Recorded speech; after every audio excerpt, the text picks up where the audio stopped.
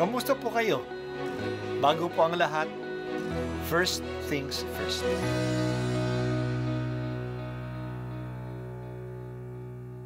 Good morning po. Sinisimulan po natin ngayon ang first things first. At dito po, tinatalakay natin sa unang bahagi ng umaga natin ay ang first readings na binabasa po sa banal na misa.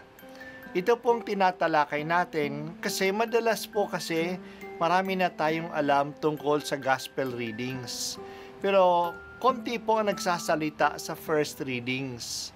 Pero ang first readings, bahagi din po yan ng Biblia, ng banal na kasulatan. Kaya susubaybayan po natin ang mga first readings, basahin po natin at kuminsan kailangan ng basahin ng 2 o 3 beses bago maintindihan kasi hindi po tayo familiar sa mga istorya at sa mga kaisipan na tinatalakay dito. Ang pagbasa mula sa sulat ni Apostol Santiago. Huwag kayong maghinanakitan mga kapatid, upang hindi kayo hatulan ng Diyos, sapagkat malapit nang dumating ang hukom. Mga kapatid, tularan ninyo ang mga propetang nagsalita sa ngalan ng Panginoon. Buong tiyaga silang nagtiis ng kahirapan. Sinasabi nating mapalad ang mga nagtatiyaga at nagtitiis. Narinig na ninyo ang tungkol sa pagtitiis ni Job at ang ginawa sa kanya ng Panginoon sa bandang huli.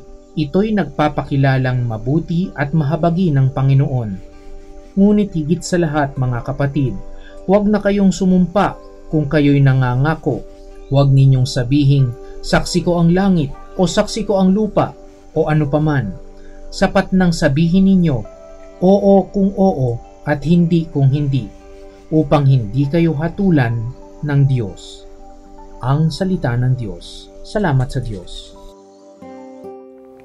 Alam natin ang kasabihan, kung may tiyaga, may nilaga. Hindi magkakaroon ng masarap na nilaga ng madalian. Kailangan itong bigyan ng panahon na kumulo at mas matagal na kumulo, mas malambot ang nilaga. Kailangan din pagtiyagaan na maglagay ng nararapat na mga rikado para masarap ang nilaga. Sa lahat ng bagay, kailangan ng pagtitiyaga at pagtitiis. Mayroong isang nanay nagtanong sa principal sa school kung gaano katagal mag-aaral ang kanyang anak. Sabi ng principal, siguro mga 15 taon lahat. 15 taon? Tanong ng bagong nanay na may malaking pagkagulat. Bakit ganun katagal? Misis, sabi ng matalinong principal, kung gusto mo ng kalabasa, mga 3 buwan lang yan. Kung gusto mo ng mag-ani ng maraming mangga, mga 7 hanggang 10 taon yan. Ano bang gusto mo sa iyong anak? Ano bang gusto mong anihin? Kalabasa o mangga?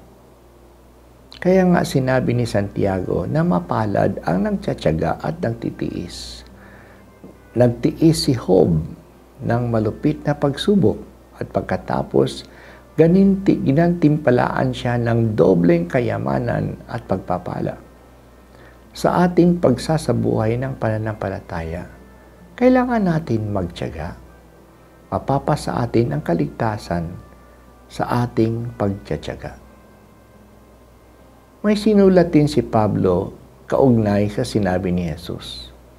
Ang ating salita ay dapat maging simple lang, oo o hindi. Panindigan natin ang ating sinasabi. Kung oo, gawin natin. Kung hindi, huwag natin gawin. Hindi na kailangan ng dagdagan pa ng anong sumpa upang tayo ay paniwalaan kung tayo ay kilalang may isang salita. Maging tapat lang tayo sa ating pananalita. Hindi ito madali sa ating mga Pilipino kasi ayaw nating makasakit ng iba, kaya ayaw nating salungatin sila. Ayaw mong tapatin na hindi mo gagawin o hindi mo kayang gawin. Kaya palaging pinapasa, kaya palaging nating pinapaasa ang iba. Sinasabi natin, siguro, o malaman na lang yan, o tingnan na lang natin. Bakit hindi mo nang tapatin na hindi o ayaw mo? Paging simple lang ang ating salita at panindigan natin ang ating sinasabi. Ikaw, Jesus, ay hindi oo o hindi. Ikaw ang amen sa amin ng Ama. Pinanindigan mo ang aming kaligtasan kahit na ito'y mahirap. Sana, Panginoon, kami rin ang maging amen sa iyo na palaging sumusunod sa balak mo at sa utos mo sa amin.